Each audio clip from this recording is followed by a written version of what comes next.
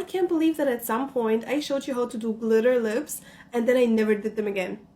Never.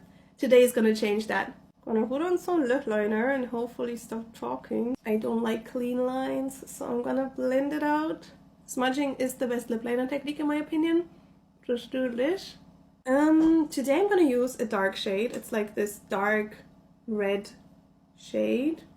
Why not? It doesn't really matter. But if you pick something that is a bit darker, the glitter is going to be more sparkly. I'm gonna do the glitter part. This is from About Face. It's called Fractal Lip Color and it goes on like a liquid lipstick, like that. I'm just gonna let it sit and wait until it's nearly dry. And when it feels like it's completely dry, I'm just gonna smack my lips. With this sort of thing, you have to really press it in and then the glitter becomes so apparent. It's crazy. This is super matte and it has so much glitter on it, it looks glossy. But let me know what you think and if you want to see more shades.